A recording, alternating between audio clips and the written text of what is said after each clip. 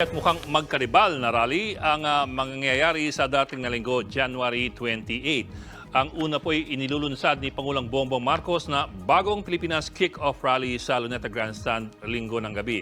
Ito pong bagong Pilipinas ay ang bagong rebranding ng pamahalaan na madalas naman ay nangyayari kada administrasyon.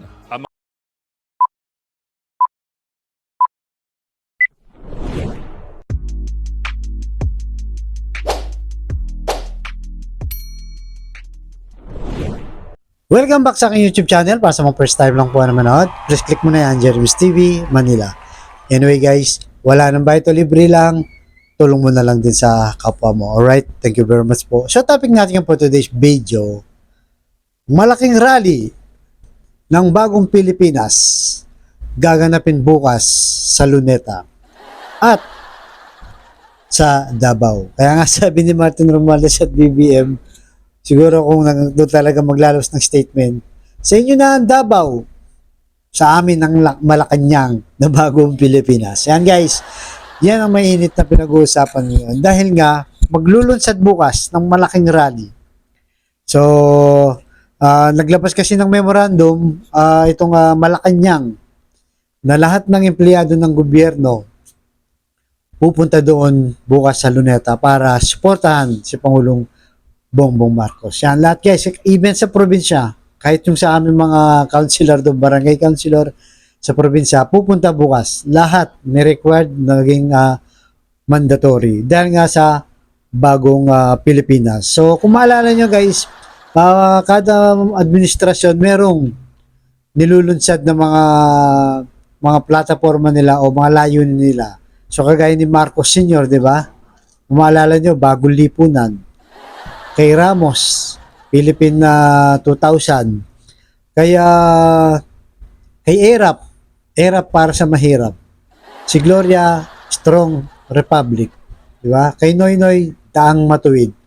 At kay Duterte, change is coming, di ba? Ganun sila, di ba?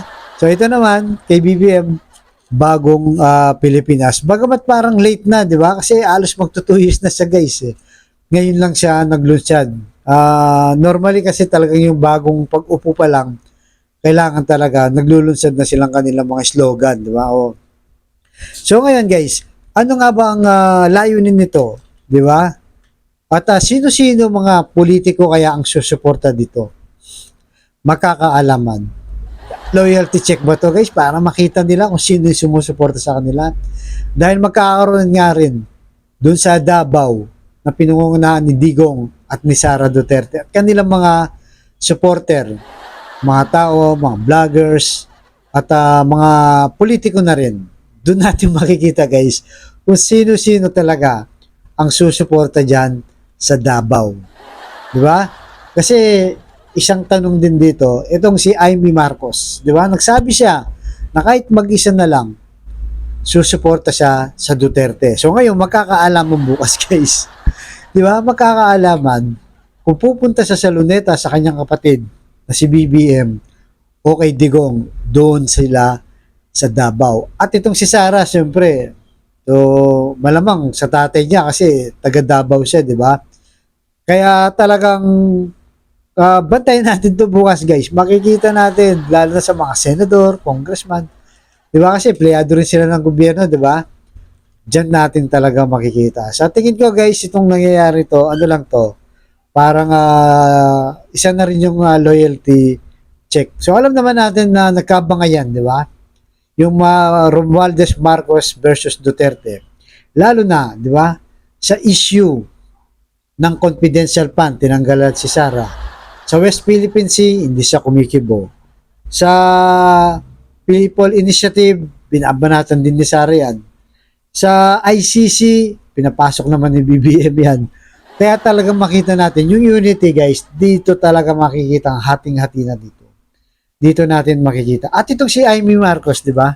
Talagang nakita natin halos kontra sa plataforma ng kanyang kapatid. Kaya makita natin, baka sa Davao to magpakita guys. Baka ito sa Davao. Pero ang gulo nila, di ba? Unity sila tapos meron silang dalawang rally ngayon. So, ano nga ba talagang purpose ng kick-off na to? sa sa Luneta, guys. So sana nga, 'di ba? Pagkatapos ng rally na 'to, talagang may makita tayong mga magandang mangyayari sa bayan. Siyempre, expected na natin na maganda lahat ng sasabihin doon sa Luneta na para sa bayan, sa kahirapan, sa trabaho. Madali naman yung sabihin, 'di ba? Madali rin paniwalaan 'yan kung talagang supporter ka nila. Pero ang kailangan ng taong bayan, hindi naman yung salitang magagaling sa kanila na puro pangako at magaganda. Nagawa na nila yun, di ba guys, sa kampanya. Ang kailangan ng taong bayan ay aksyon talaga na nakikita natin na may nagbabago, guys. Kayo guys, sa tingin nyo, may nagbabago ba? Lalo na almost 2 years na itong si BBM sa May, di ba? Ano na ngayon? January, February, March, April. 3 months na lang. 3 months na lang, 2 years na sila. May naramdaman ba kayong pagbabago sa ating bayan? Bukod sa mataas na presyo ng bilihin, mga magugulong politiko, di ba? At yung mga ahensya ng gobyerno, hindi pa rin halos nagbabago, mahirap pa rin ang serbisyo. At marami pa rin mahirap. So, ang kailangan ng taong bayan, hindi yung mga magandang salita nila na ilulunsad bukas, di ba? Sa bagong Pilipinas sa Luneta. Kundi, yung makita natin na talagang na may magbabago at may gobyernong maasahan, di ba? Na masasandalan, lalo na yung mga mahirap nating mga kababayan. So kaya guys, ano sa tingin nyo? Itong bagong Pilipinas ba? May mangyayari kaya dito pagkatapos ng rally na to? Kasi sa 2 years lang guys, wala tayong halos nakitang pagbabago, di ba? At sa mga Duterte naman, sa 2 years naman, puro ano sila ngayon, may mga controversial na kinaharap.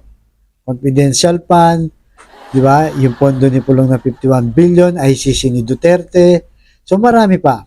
So marami tayo guys, abangan natin bukas kung sino-sino ang susuporta sa bagong Pilipinas at sa Davao ni Digong. Di ba? So yan, so tayo, wala tayong kinakampihan dyan kung sino yung para sa bayan, doon tayo. At sana, wag lang puro salita, kundi aksyon, aksyon, aksyon para sa ating mga kababayan. Alright? So sana nga, bagong Pilipinas na nga yan, hindi lumang Pilipinas. Di ba? Yan ang inaasahan natin na mangyayari pagkatapos nito at babantayan natin. Alright? So hanggang dito naman po, baka nyo susunod po lang. Thank you very much.